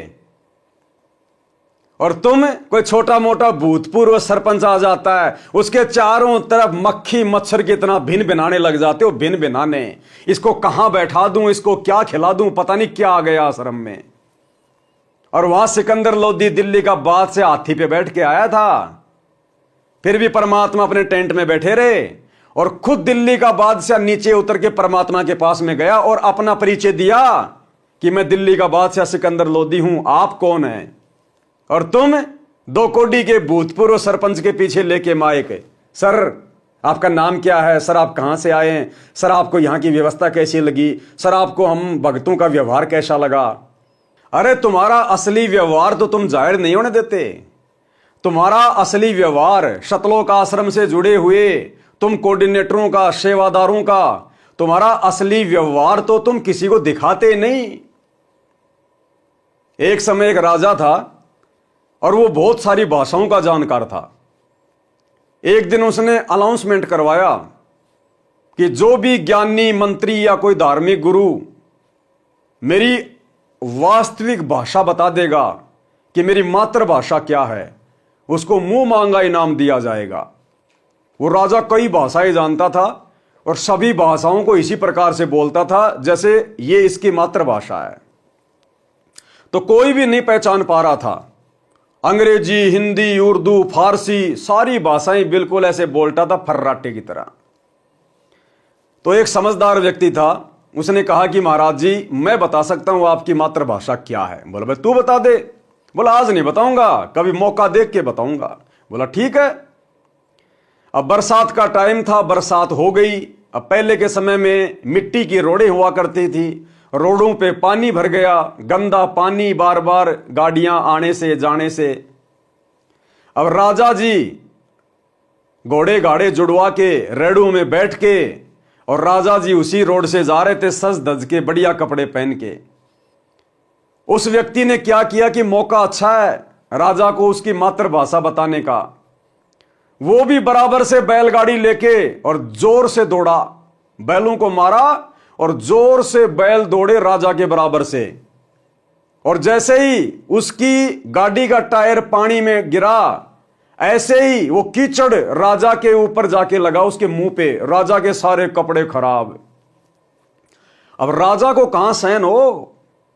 उसी समय राजा उसको मां बहन की गालियां देने लगा, मां बहन की गालियां। तुरंत वो आदमी नीचे उतर के आया और कहा राजन क्षमा करना, यह है आपकी मातृभाषा। आपकी असली मातृभाषा यह है, जिस भाषा में आप गालियां दे रहे हो ना, यह है आपकी मातृभाषा। तब राजा को एहसास हुआ कि भाई वास्तव में आदमी चाहे कितना ही पढ़ ले, कितना ही लिख ले, लेकिन जो मातृभाषा रहती है उसको आदमी कभी नहीं भूलता। तो ये सतलोक आश्रम मैनेजमेंट हरियाणा वाले इन दुनिया वालों से अपनी प्रशंसा करवाते हैं, सर यहां सेवादारों का व्यवहार कैसे लगा। अरे अगर उन लोगों को मुझ पवन दास की मार पिटाई वाली वीडियो दिखाए जाएं कि किस प्रकार से तुम सतलोक आश्रम वाले मुख्य व्यक्ति, बड़े बड़े कोऑर्डिनेटर, स्टेट कोऑर्डिनेटर मुझ पवन दास को घर में घुस के जानवर की तरह मार रहे हो, भगत भाई बहनों को मां बहन की गालियां निकाल रहे हो, तेरे मुंह में मुतूंगा रंडी का बीज, तेरी लड़की को कोठे पे बैठा दूंगा। स्टेट कोऑर्डिनेटर देशराज, महेंद्र का लड़का अमित मां बहन की गालियां निकाल रहा है। उत्तर प्रदेश का स्टेट कोऑर्डिनेटर संजीव हुड्डा रंडी का बीज कह रहा है भक्तों को। यह है तुम्हारा असली व्यवहार, यह है तुम्हारा असली आचरण, जो बेचारे उन भोले भाले दुनिया वालों को नहीं पता। तो भैया ये फालतू में नौटंकियां करना छोड़ो और मर्यादा में रह के परमात्मा की भक्ति कर लो। ये ड्रामे करते हुए असंख्य युग हो गए। राजा तथा शेख तकी उस तंबू में गए और पहले अपना परिचय दिया, फिर उसका परिचय पूछा। तंबू में बैठे सेठ ने परिचय बताया कि मेरा नाम केशव है, मैं बंजारा हूं। कबीर जी मेरे मित्र हैं, उनका मेरे पास संदेश गया था कि एक छोटा सा भंडारा करना है, कुछ सामान लेकर आना। मेरा भी निमंत्रण भेजा था। राजा सिकंदर लोदी ने पूछा कि कबीर जी क्यों नहीं आए। केशव रूपधारी परमेश्वर ने कहा, मैं जो बैठा हूं उनका नौकर, वे मालिक हैं, इच्छा होगी तब चले आएंगे। उनकी कृपा तथा आदेश से सब ठीक चल रहा है, आप जी भी भोजन करें। राजा ने कहा, पहले उस सुभान अल्लाह के दर्शन करूंगा। और दूसरी बात भाई और बहनों, उस भंडारे की, उस भंडारे में परमात्मा ने अपनी तरफ से कोई लड्डू जलेबी बर्फी नहीं बनाए थे। जिन जिन मिठाइयों के नाम शेख तकी ने लिखे थे, परमात्मा ने उस हिसाब से मिठाइयां तैयार करवाई थी। और इन आश्रमों में लड्डू जलेबी बर्फी, लड्डू जलेबी बर्फी, लड्डू जलेबी बर्फी। अरे परमात्मा ने तो मजबूरी में लड्डू जलेबी बर्फी दुनिया को खिलाई थी, अपनी तरफ से नहीं खिलाई। तो क्या ड्रामा चल रहा है तुम लोगों का इन आश्रमों में। राजा ने कहा पहले उस सुभान अल्लाह के दर्शन करूंगा, बाद में भोजन करूंगा। और वर्तमान में इन आश्रमों में लड्डू जलेबी बर्फी खाने वाले भगत भाई बहन, तुम्हारा अल्लाह बैठा हिसार जेल में और तुम भूखी भैंस की तरह टूट पड़ते हो लड्डू जलेबी बर्फी के ऊपर। अरे अपने गुरु की गैर हाजिरी में धिक्कार है हमारे को उन आश्रमों में जाना, धिक्कार। तुम्हारा बाप तो हिसार जेल में सब्जी रोटी खा रहा है, दाल रोटी खा रहा है, और जेल की रोटियां कैसी मिलती हैं, जेल की सब्जी कैसी है, और तुम उसके पीठ पीछे उसके नाम की आड़ में लड्डू जलेबी बर्फी, लड्डू जलेबी बर्फी। समय का इंतजार करो। राजा ने कहा पहले उस सुभान अल्लाह के दर्शन करूंगा, बाद में भोजन करूंगा। यह कहकर हाथी पर बैठकर राजा सिकंदर कबीर जी की कुटिया पर पहुंचे। साथ में कई अंगरक्षक भी थे। कबीर परमेश्वर जी को संत रविदास जी ने सुबह ही बता दिया था कि हे कबीर जी, आज तो विरोधियों ने बनारस छोड़कर भगाने का कार्य कर दिया। आपके नाम से पत्र भेज रखे हैं और ऐसा ऐसा लिखा है, लगभग 18 लाख व्यक्ति साधु संत लंगर खाने पहुंच चुके हैं। कबीर जी ने कहा कि मित्र आजा, बैठ जा, दरवाजा बंद करके सांकड़ लगा ले। आज का दिन बिताकर रात्रि में अपने परिवार को लेकर भाग जाऊंगा। यानी जैसा रिएक्शन रविदास जी ने दिया वैसा ही रिएक्शन परमात्मा ने दे दिया। जब भगत ने ही अपने गुरु को भगवान नहीं माना तो भगवान कैसे अपने आप को भगवान बताएगा। रविदास जी ने कहा कि भगवान आज तो काशी से भगाने का पूरा बंदोबस्त कर दिया इन लोगों ने, 18 लाख लोग आ गए लंगर खाने, हम कहां से करवा देंगे। क्यों भाई, अगर रविदास जी को विश्वास होता कि ये कबीर ही परमात्मा है, सारी सृष्टि का रचनहार है, जो तीनों लोकों में प्रवेश करके असंख्य आत्माओं को प्रतिदिन भोजन करवा रहा है, तो 18 लाख को भोजन नहीं करवाएगा। अरे बाकी समय भी तो उन 18 लाख को यही परमात्मा भोजन करवा रहा था। लेकिन रविदास जी को पूर्ण तत्व ज्ञान नहीं था। उन्होंने कबीर जी को अपना गुरु अवश्य बना रखा था, लेकिन वो परमात्मा नहीं मानते थे। जब परमात्मा कबीर जी ने देखा कि भगत तो भाई बैकी बैकी बातें कर रहा है, तो परमात्मा ने भी उसी हिसाब से जवाब दिया कि भैया सांकड़ लगा ले, दरवाजा बंद कर ले, दिन दिन काट लो, रात को यहां से निकल लेंगे अपन। तो परमात्मा ने भी भगत के अनुसार ही जवाब दिया। कई अन्य शहर गांव में निर्वाह कर लूंगा, जब उनको कुछ खाने को मिलेगा ही नहीं तो झल्लाकर गाली गलौज करके चले जाएंगे। हम सांकड़ खोलेंगे ही नहीं, यदि किवाड़ तोड़ेंगे तो हाथ जोड़ लूंगा कि मेरा सामर्थ्य आप जी को भंडारा कराने का नहीं है। गलती से पत्थर डाले गए, मारो भावे छोड़ो। दोनों संत माला लेकर भक्ति करने लगे। मुंह बोले माता पिता तथा मृतक जीवित किए हुए लड़का तथा लड़की सुबह सैर करने को गए थे। इतने में दिल्ली के बादशाह सिकंदर लोदी ने दरवाजा खटखटाया। संत रविदास जी ने कहा, प्रभु लगता है अतिथि यहां पर भी पहुंच गए। डर गए रविदास जी। कबीर जी ने कहा कि देख सुराग से बच्चे तो नहीं आ गए हैं। रविदास जी ने देखकर बताया कि नहीं। क्या कबीर परमात्मा अंतर्यामी नहीं थे क्या उनको पता नहीं था कि दरवाजे पर कौन आया है, बच्चे आए हैं या सिकंदर लोदी आया है। लेकिन 650 साल पहले भी परमात्मा ने अंतर्यामीपना नहीं दिखाया, फिर आज हिसार जेल में बैठकर कैसे परमात्मा अंतर्यामीपना दिखाएंगे। तो वही लीला आज चल रही है। जैसा गुरुजी को उनके परिवार के द्वारा राग द्वेष ईर्ष्या में आकर अन्य भक्तों की गुरुजी के सामने शिकायत की जाती है, प्रार्थना लगाई जाती है, गुरुजी वैसा ही जवाब दे देते हैं, वैसा ही जवाब। जबकि गुरुजी को तो सब पता है कि कौन गलत है, कौन सही है, कौन गुरुद्रोही है, कौन गुरुमुखी है। तो गुरुजी अंतर्यामीपना नहीं दिखाएंगे, जबकि वर्तमान में तो 2014 बरवाला कांड के बाद से परीक्षा चल रही है। इस परीक्षा के समय में तो बिल्कुल भी अंतर्यामीपना नहीं दिखाएंगे। अरे जब 650 साल पहले नहीं दिखाया, रविदास जी को कह रहे हैं कि देख बच्चे घूम के आए हैं या फिर कोई और आ गया। जब उस समय अंतर्यामीपना नहीं दिखाया तो आज भी नहीं दिखाएंगे। तो भाई और बहनों, गुरुदेव भगवान के द्वारा जो भगत भाई बहनों की 9 एंट्रियां की जा रही हैं, पीले पर्चे आ रहे हैं, हम सत्सेवकों को गुरुद्रोही कहा गया है। उस परमात्मा को पता है कि कौन सही है कौन गलत है, लेकिन जैसा गुरुदेव के काल प्रेरित परिवार के द्वारा गुरुदेव को एक मानुष मानकर, अपने जैसा जीव मानकर उनके सामने जैसा झूठ परोसा जाता है, परमात्मा वैसा ही जवाब दे देते हैं। रविदास जी ने देखकर बताया कि नहीं, कोई और ही है। 2-3 बार दरवाजा खटखटाकर राजा सिकंदर ने अपना परिचय देकर बताया कि आपका दास सिकंदर आया है, आपके दर्शन करना चाहता है। परमेश्वर कबीर जी ने कहा, राजन आज दरवाजा नहीं खोलूंगा, मेरे नाम से झूठी चिट्ठियां भेज रखी हैं, लाखों संत भगत पहुंच चुके हैं, रात्रि होते ही मैं अपने परिवार को लेकर कहीं दूर चला जाऊंगा। सिकंदर लोदी ने कहा, परवरदिगार आप मुझे नहीं बहका सकते। अरे भैया, आप तो बह के बहकाए थे। सिकंदर लोदी तो बहकाया था, ये तो खाली नौटंकी कर रहा झूठी।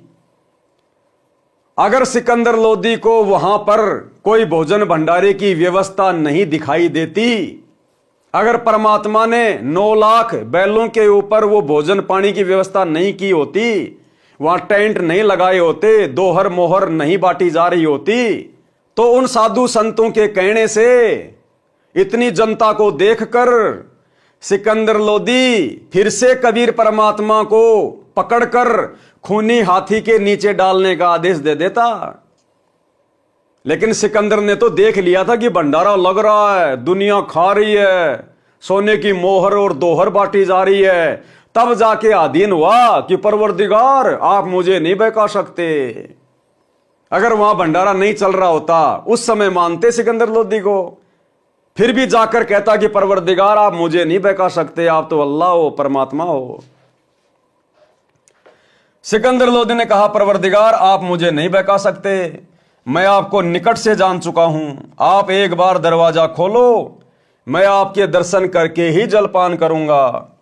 परमेश्वर की आज्ञा से रविदास जी ने दरवाजा खोला तो सिकंदर लोदी मुकुट पहने पहने ही चरणों में लौट गया और बताया कि आप अपने आप को छिपाकर बैठे हो, आप अपने आप को छिपाकर बैठे हो।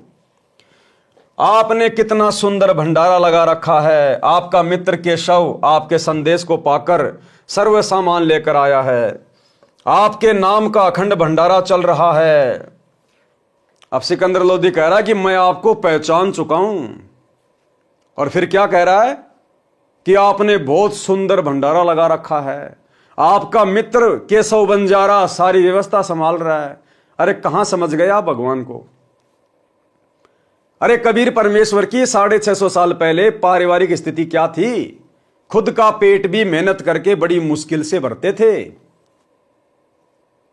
तो सिकंदर लोदी ने इतना भी दिमाग नहीं लगाया कि ऐसे गरीब आदमी का ऐसा कौन बंजारा फ्रेंड है, मित्र है, जो 18 लाख लोगों के लिए भंडारे की व्यवस्था कर देगा कबीर जी के कहने से। जिस कबीर के पल्ले 100 रुपए नहीं, उस कबीर के कहने से सोने की दोहर मोहर 18 लाख लोगों को, 18 लाख लोग आए थे और कम से कम लोगों ने 10-10 बार भोजन किया होगा। 18 लाख इंटू 10 कितनी मोहर हो गई? 1 करोड़ के आसपास। 1 करोड़ सोने की मोहर 10-10 ग्राम की। उस निर्धन कबीर जुलाए के कहने से भला ऐसा कौन उसका मित्र है जो इतना बड़ा भंडारा कर देगा, जो राजा भी नहीं कर सकता। तो सिकंदर ने इतना भी दिमाग नहीं लगाया कि जो केशव के रूप में बैठा है वो कबीर का मित्र है या कबीर ही सारी लीला कर रहा है। तो भाई उस समय किसी ने कुछ नहीं समझा परमात्मा को, केवल जुबान से कहते थे, बाकी समझा किसी ने नहीं था। आपका मित्र केशव आपके संदेश को पाकर सर्व सामान लेकर आया है। आपके नाम का अखंड भंडारा चल रहा है। सभी अतिथि आपके दर्शनों के अभिलाषी हैं। कह रहे हैं कि देखें तो कौन है कबीर सेठ जिसने ऐसे खुले हाथ से लंगर कराया है। मेरी भी प्रार्थना है कि आप एक बार भंडारे में घूमकर सबको दर्शन देकर कृतार्थ करें। तब परमेश्वर कबीर जी उठे और कुटिया से बाहर आए तो आकाश से कबीर जी पर फूलों की वर्षा होने लगी तथा आकाश से आकर सिर पर सुंदर मुकुट अपने आप पहना गया। तब हाथी पर बैठकर कबीर जी तथा रविदास जी व राजा चले तो सिकंदर लोधी परमेश्वर कबीर जी पर चवर करने लगे और पीलवान से कहा कि हाथी को भंडारे के साथ लेकर चल। जो भी देखे और पूछे काशी वालों से कि कबीर सेठ कौन सा है, उत्तर मिले कि जिसके सिर पर मोर पंख वाला मुकुट है वह है कबीर सेठ। जिसके सिर पर मोर पंख वाला मुकुट है। आपने गुरुजी के छोटे कलयुगी भाई महेंद्र का इंटरव्यू सुना कि एक दिन मेरी आत्मा निकल के ऊपर ब्रह्मांड में गई और श्री कृष्ण जी के रूप में मुझे विष्णु भगवान के दर्शन हुए। उनके सिर पर मोर पंख लगा हुआ था। महेंद्र ने क्या कहा था? उनके सिर पर मोर पंख लगा हुआ था। पर दास ने क्या बताया भाई बहनों को कि वो विष्णु नहीं था, श्री कृष्ण नहीं था। सतगुरु रामपाल जी भगवान कृष्ण का रूप बनाकर उस महेंद्र को दर्शन दिए थे। तो कौन था वो मोर पंख वाला? उत्तर मिले कि जिसके सिर पर मोर पंख वाला मुकुट है वह है कबीर सेठ, जिस पर सिकंदर लोधी दिल्ली के बादशाह चवर कर रहे हैं। सब एक स्वर में जय जयकार बोल रहे थे, जय हो कबीर सेठ की। जैसा लिखा था वैसा ही भंडारा कराया है। ऐसी व्यवस्था कहीं देखी न सुनी। भोजन खाने का स्थान बहुत लंबा चौड़ा था। उसमें घूमकर फिर वहीं पर आए जहां पर केशव टेंट में बैठा था। हाथी से उतरकर कबीर जी तंबू में पहुंचे तो अपने आप एक सुंदर पलंग आ गया। उसके ऊपर एक गद्दा बिछ गया, ऊपर गलीचे बिछ गए जिनकी झालरों में हीरे पन्ने लाल लगे थे। टेंट को ऊपर कर दिया गया जो दो तरफ से बंद था। अब भाई और बहनों, ये बात कौन बता सकता है कि 650 साल पहले काशी के चौपड़ के बाजार में परमात्मा ने जो भंडारे की व्यवस्था की थी, जिसमें टेंट लगाया गया था, वो केवल दो तरफ से ही बंद था। अरे टेंट तो चार तरफ से होता है ना। तो ये बात कौन कह सकता है कि वो टेंट केवल दो तरफ से ही बंद था और बाद में दो तरफ से भी उसको खोल दिया गया? कौन बता सकता है? जिसने वो भंडारा करवाया हो, जिसने आंखों से देखा हो। तो ये छोटे छोटे संकेत हैं जो ये सिद्ध करते हैं कि हमारे गुरुजी स्वयं केशव बंजारे, हमारे गुरुजी स्वयं कबीर परमात्मा, जिन्होंने 650 साल पहले वो भंडारा दिया। टेंट को ऊपर कर दिया गया जो दो तरफ से बंद था। खाना खाने के पश्चात सब दर्शनार्थ वहां आने लगे। तब परमेश्वर कबीर जी ने उन परमात्मा के लिए घर त्याग कर आश्रमों में रहने वालों तथा अन्य गृहस्थी व्यक्ति व ब्राह्मणों को आपस में केशव तथा कबीर जी ने आध्यात्मिक प्रश्न उत्तर करके सत्य ज्ञान समझाया। 8 पहर यानी 24 घंटे तक सत्संग करके उनका अज्ञान दूर किया। कई लाख साधुओं ने दीक्षा ली और अपना कल्याण कराया। विरोधियों ने तो परमेश्वर का बुरा करना चाहा था, परंतु परमात्मा को इकट्ठे करे कराए भगत मिल गए अपना ज्ञान सुनाने के लिए। उन भक्तों को सतलोक से आया हुआ उत्तम भोजन कराया जिसके खाने से अच्छे विचार उत्पन्न हुए। उन्होंने परमेश्वर का तत्व ज्ञान समझा, दीक्षा ली तथा कबीर जी ने उनको वर्षों का खर्चा भी दक्षिणा के रूप में दिया। सब भंडारा पूरा करके सर्व सामान समेटकर बैलों पर रखकर जो सेवादार आए थे वे चल पड़े। तब सिकंदर लोधी, शेख तकी, कबीर जी, केशव जी तथा राजा के कई अंगरक्षक भी खड़े थे। अंगरक्षक ने आवाज लगाई कि बैल धरती से 6 इंच ऊपर चल रहे हैं। राजा के बॉडीगार्ड ने आवाज लगाई कि देखो रे देखो, ये बैल तो धरती से ऊपर चल रहे हैं, पृथ्वी पर पैर नहीं रख रहे। ये लीला देखकर सब हैरान थे। फिर कुछ देर बाद देखा तो आसपास तथा दूर तक न बैल दिखाई दी और न ही बंजारे और ना सेवक। सिकंदर लोदी ने पूछा, हे कबीर जी, बंजारे और बैल कहाँ गए? परमेश्वर कबीर जी ने उत्तर दिया कि जिस परमात्मा के लोक से आए थे उसी में चले गए। उसी समय केशव वाला स्वरूप देखते देखते कबीर जी के शरीर में समा गया। राजा सिकंदर ने कहा, हे अल्लाहू अकबर, मैं तो पहले ही कह रहा था कि ये सब आप कर रहे हो, अपने आप को छिपाए हुए हो। शेख तकी तो जल भुन रहा था, कहने लगा कि ऐसे भंडारे तो हम अनेकों कर दें, ये तो मौछा सा किया है, हम तो जग जोनार कर देते। मौछा कहते हैं वह धर्म अनुष्ठान जो किसी पुरोहित द्वारा पितर दोष मिटाने के लिए थोपा गया हो। उसमें व्यक्ति बताए अनुसार आइटम मन मारकर सस्ती कीमत से लाकर पूरे करता है, हाथ सिकोड़ कर लंगर लगाता है। और जग जोनार उसे कहते हैं जिसके घर कई वर्षों उपरांत संतान उत्पन्न होती है तो दिल खोलकर खर्च करता है, भंडारा करता है जो खुले हाथों से। संत गरीबदास जी ने उस भंडारे के विषय में जिसकी जैसी विचारधारा थी वो बताई। गरीब कोई कहे जग जो नार करी है, कोई कहे मौछा, बड़े बड़ाई करया करें गाड़ी काटे ओछा। भावार्थ है कि जो भले पुरुष थे वे तो बड़ाई कर रहे थे कि जग जो नार करी है, जो विरोधी थे ईर्ष्यावश कह रहे थे कि क्या खाक भंडारा किया है, ये तो मौछा सा किया है। जब शेख तकी ने ये वचन कहे तो गूंगा तथा बहरा हो गया, शेष जीवन पशु की तरह जिया। अन्य के लिए उदाहरण बना दिया कि अपनी ताकत का दुरुपयोग करना अपराध होता है, उसका भयंकर फल भोगना पड़ता है। केशव आन भया बंजारा, षटदल की नी हास है।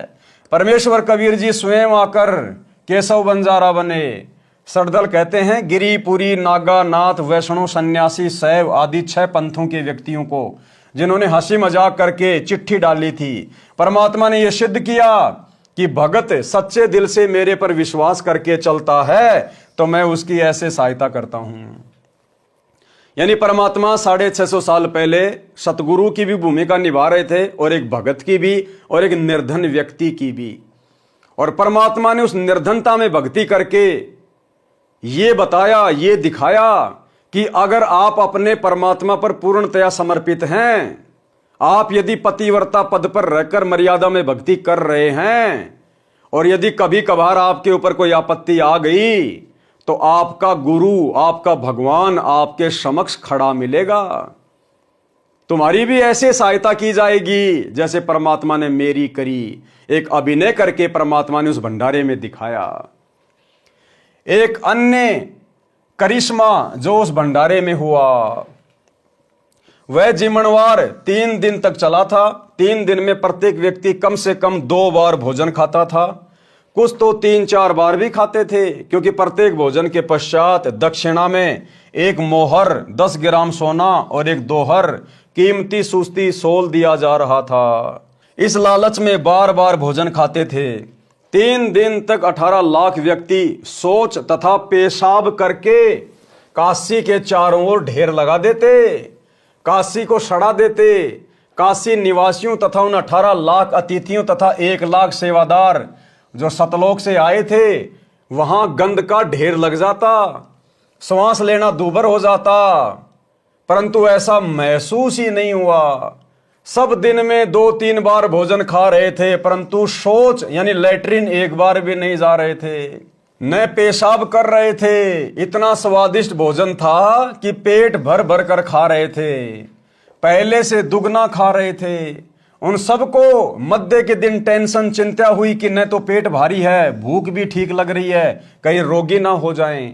सतलोक से आए सेवकों को समस्या बताई तो उन्होंने कहा कि ये भोजन ऐसी जड़ी बूटियां डालकर बनाया है जिनसे ये शरीर में ही समा जाएगा।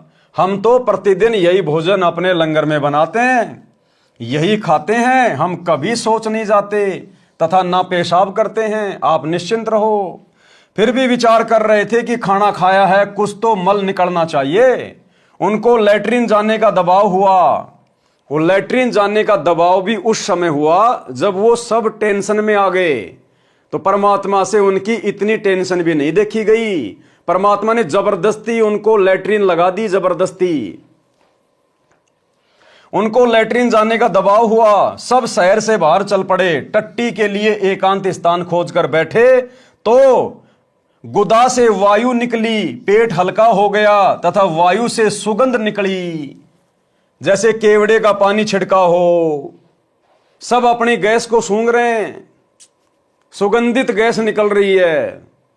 तब जाकर उनको यकीन हुआ कि वो सेवादार सही कह रहे थे, भाई ये तो कोई विशेष जड़ी बूटी डाल के बनाया गया भोजन है, इसको खाने के बाद में लैट्रिन नहीं आती, पेशाब नहीं आता, सुगंध आती है, सुगंध। ये सब देखकर सबको सेवादारों की बात पर विश्वास हुआ, तब उनका भय समाप्त हुआ। परंतु फिर भी सबकी आंखों पर अज्ञान की पट्टी बंधी थी। परमेश्वर कबीर जी को परमेश्वर नहीं स्वीकारा। पुराणों में भी प्रकरण आता है कि अयोध्या के राजा ऋषभ देव जी राज त्याग कर जंगलों में साधना करते थे। उनका भोजन सुरग से आता था, उनके मल से सुगंध निकलती थी। आसपास के क्षेत्र के व्यक्ति इसको देखकर आश्चर्यचकित होते थे। इसी तरह सतलोक का भोजन आहार करने से केवल सुगंध निकलती है, मल नहीं। अब भैया अगर ये वही दिव्य धर्म यज्ञ दिवस इन आश्रमों में हो रहा है और सारी व्यवस्था यदि परमात्मा ही कर रहा है, तो भैया सैकड़ों की संख्या में लैट्रिन घर क्यों बना रखे ना आश्रमों में? अरे अगर परमात्मा सारी व्यवस्था करेगा, सारा काम करेगा, तो भैया फिर तो सुगंध आनी चाहिए, लैट्रिन तो आना ही नहीं चाहिए। और तुम खा खा के लड्डू जलेबी भर देते हो पूरे लैट्रिन को। वहां पर बेचारे सेवादारों को मेहनत करनी पड़ती है, हाथ दे दे के साफ करना पड़ता होगा वहां। तो भैया डींग मत मारा करो। ठीक है, भंडारा कर रहे हो, बहुत अच्छी बात है, कोई दिक्कत नहीं, लेकिन बढ़ा चढ़ा के अपनी प्रशंसा के लिए, मान बढ़ाई के लिए, ये तो काशी वाला भंडारा हो रहा है, ये तो काशी वाला भंडारा हो रहा है। तो काशी वाले भंडारे में तो कोई लैट्रिन नहीं करता था, तुम लोग लैट्रिन भर रहे हो। काशी वाले भंडारे में तो दोहर और मोहर दक्षिणा में दी जा रही थी, तुम भक्तों से ज्योति पाठ और दान का उल्टा पैसा ले रहे हो। ये अपने स्वार्थ के लिए, अपने धार्मिक धंधे के लिए, भगत समाज को ज्योति पाठ और दान के नाम पर लूटने के लिए किया जाने वाला भंडारा है। ये काशी वाला दिव्य धर्म यज्ञ दिवस नहीं है। धर्मदास जी को शरण में लेना। तो भाई और बहनों, आज के वीडियो में हम केवल इतना ही लेंगे। बाकी धर्मदास जी का जो प्रकरण है वो पूज्य गुरुदेव जी के आशीर्वाद से आप और हम सभी सत्सेवक भाई बहनों ने कबीर सागर के सरलार्थ में उसकी शुरुआत में ही बहुत अच्छे से समझ लिया है, पढ़ लिया है। परमात्मा की प्रेरणा से दास इसको दोबारा से रिपीट करना उचित नहीं समझता है। अब हम धर्मदास जी के आगे से जो प्रकरण शुरू होगा मुक्ति बोध में, कल रात्रि 8 बजे हम वहां से वीडियो शुरू करेंगे। तो आज के वीडियो में केवल इतना ही। सभी भगत भाई बहन कल रात्रि 8 बजे दास के Facebook page Pawan Das is live, मानव धर्मी पवन दास पर लाइव जुड़िए। तब तक गुरुदेव भगवान हम सबको आज्ञा दे, इजाजत दे, आशीर्वाद दे।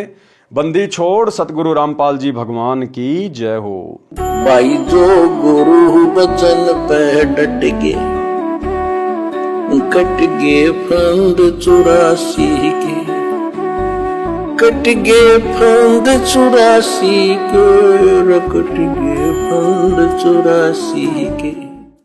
भाई जो गुरु बचन पे डट के कट गे फंद 84 के, कट गे फंद 84 के, कट गे